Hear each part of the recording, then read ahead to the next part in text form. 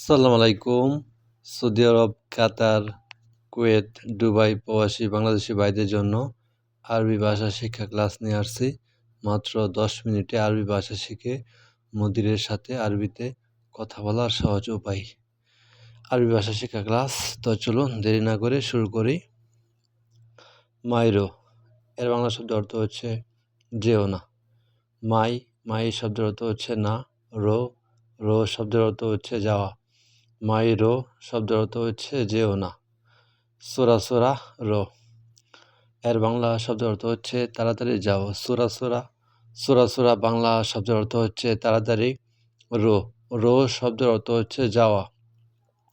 সোরা রো শব্দের অর্থ হচ্ছে তাড়াতাড়ি যাও। সাইয়ারা মিতাইচি এর বাংলা অর্থ হচ্ছে গাড়ি কখন আসবে। সাইয়ারা শব্দের অর্থ হচ্ছে গাড়ি। মিতা শব্দের অর্থ হচ্ছে কখন। ইজি শব্দের অর্থ হচ্ছে আসা। সাইয়ারা মিতা ইজি শব্দের অর্থ হচ্ছে গাড়ি কখন আসবে। আলহিন ইজলিস হেনা এর বাংলা অর্থ হচ্ছে এখানে বসো। আলহিন শব্দের অর্থ হচ্ছে এখন, হেনা হচ্ছে এখানে, ইজলিস হচ্ছে বসা। কুল্লু নফর ইজি এর বাংলা শব্দের অর্থ হচ্ছে সব লোক আসছে। কুল্লু শব্দের অর্থ হচ্ছে সব। নফর শব্দের অর্থ হচ্ছে লোক, মানুষ। ইজি শব্দের অর্থ হচ্ছে আসা। কুল্লু নফর ইজি এর বাংলা শব্দের অর্থ হচ্ছে সব লোক আসছে। মাইজি এর বাংলা শব্দের অর্থ হচ্ছে না, আসে নাই। লা শব্দের অর্থ হচ্ছে না। মাই শব্দের অর্থ হচ্ছে না। ইজি শব্দের অর্থ হচ্ছে আসা। মাইজি এর শব্দের অর্থ হচ্ছে না, আসে নাই। তালাতা নফর ইজি এর বাংলা শব্দের অর্থ হচ্ছে তিনজন আসছে। তালাতা শব্দের অর্থ হচ্ছে তিনজন। নফর শব্দের অর্থ হচ্ছে লোক, মানুষ। ইজি শব্দের অর্থ হচ্ছে আসা।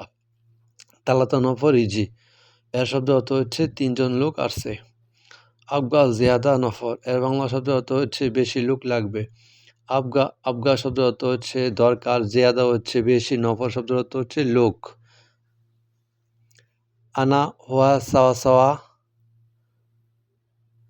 নফর এর বাংলা শব্দের অর্থ হচ্ছে আমি তার সাথে লোক।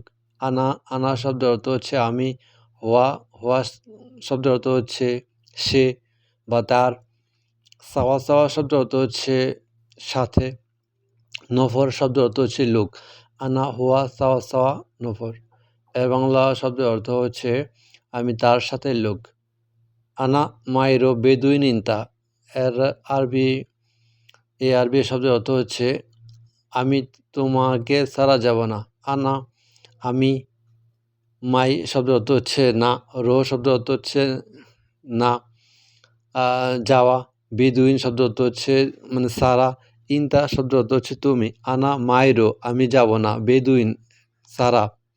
ইনতা তুমি। আনা মাইরো বেদুইন ইনতা আমি তোমাকে ছাড়া যাব না।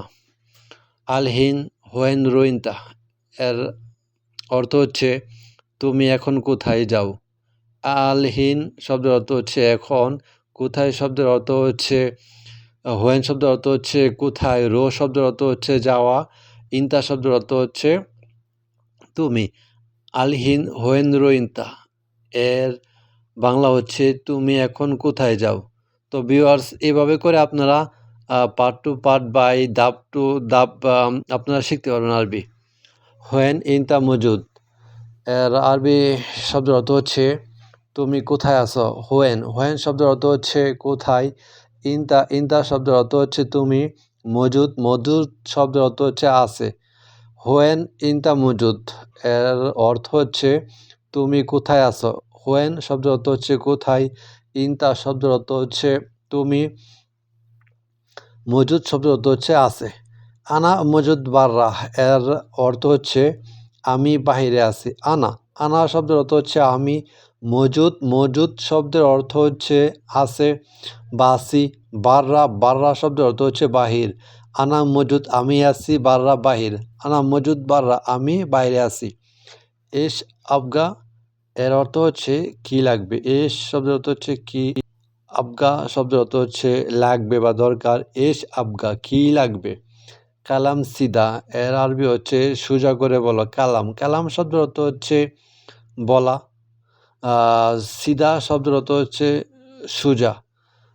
কালাম সিদা মানে সোজা করে বলো, তোমার কি লাগবে, এই শাক বা কি লাগবে তোমার বলো। হ্যালো ভিউয়ার্স, আপনারা আমার সাথে থাকবেন, আমার ভিডিওটা কেমন হয়েছে জানাবেন, লাইক করবেন, কমেন্ট করবেন, শেয়ার করবেন, আমার ভিডিওগুলো দেখবেন, না টেনে সম্পূর্ণ দেখবেন। ইনশাল্লাহ আপনাদের জন্য আমি প্রত্যেকদিন আরবি ভাষা শিক্ষা ক্লাস নিয়ে আসছি। যারা সৌদি আরবে নতুন তাদের জন্য আরবি ভাষা শিক্ষা অত্যন্ত গুরুত্বপূর্ণ, তাই আপনারা আমার চ্যানেলটা সাবস্ক্রাইব করে রাখবেন, যেন আমি ভিডিও দেওয়ার সাথে সাথে আপনাদের কাছে চলে যেতে পারে, আপনারা যাতে শিখতে পারেন। আর আপনারা কমেন্ট করবেন, ওই কমেন্টের ভিত্তিতে আমি নতুন নতুন ভিডিও তৈরি করব। আলিয়ম এস সাউই তাব্বাক এর বাংলা অর্থ হচ্ছে আজকে কি রান্না করব। আলিয়ম শব্দের অর্থ হচ্ছে আজ, এস শব্দের অর্থ হচ্ছে কি, সাউই শব্দের অর্থ হচ্ছে করা, তাব্বাক শব্দের অর্থ হচ্ছে রান্না। আলিয়ম এস সাউই তাব্বাক এর অর্থ হচ্ছে আজকে কি রান্না করব। আলিয়ম সাউই তাব্বাক দিজাজ এর আরবি শব্দের অর্থ হচ্ছে আজকে মুরগি রান্না করো। আলিয়ম শব্দের অর্থ আজ, সাউই শব্দের অর্থ হচ্ছে করা, তাব্বাক শব্দের অর্থ হচ্ছে রান্না, দিজাজ শব্দের অর্থ হচ্ছে মুরগি। আলিয়ম সাউই তাব্বাক আজকে রান্না করো দিজাজ মুরগি। আলিয়ম সাউই তাব্বাক দিজাজ আজকে মুরগি রান্না করো। খাদা ওয়াজাদ সাকিন এর আরবি শব্দের অর্থ হচ্ছে এটার ওজন অনেক। খাদা শব্দের অর্থ হচ্ছে এটা। ওয়াজেদ শব্দের অর্থ হচ্ছে অনেক বা বেশি। সাকিন শব্দের অর্থ হচ্ছে ওজন। হাদা ওয়াজেদ সাকিন এটার ওজন অনেক বেশি।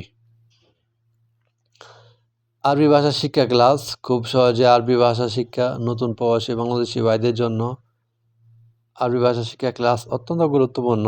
তো আপনারা না টেনে সম্পূর্ণ ভিডিওটা দেখেন। ইনশাল্লাহ আপনাদের জন্য আমি প্রত্যেকদিন নতুন নতুন ভিডিও নিয়ে আসি। যারা সৌদি আরব, কাতার, কুয়েত, দুবাই থাকেন, যারা সৌদি আরবে নতুন আসছেন বা মিডল ইস্ট আসতে চাইতেছেন, বাংলাদেশে এখনও আছেন, তাদের জন্য এই ক্লাসগুলো অত্যন্ত গুরুত্বপূর্ণ। তো আপনারা আরবি না শিখলে, না জানলে কিন্তু মুদিরের সাথে, কফিলের সাথে আরবিতে কথা বলতে পারবেন না। আর কথাও যদি না বলতে পারেন তাহলে হচ্ছে আপনাদের যে পরিবর্তন, যে কাজের ধরন, এটা কিন্তু পরিবর্তন হবে না। এই কারণে কথা বলা হচ্ছে অত্যন্ত গুরুত্বপূর্ণ একটা ধাপ প্রবাস লাইফে।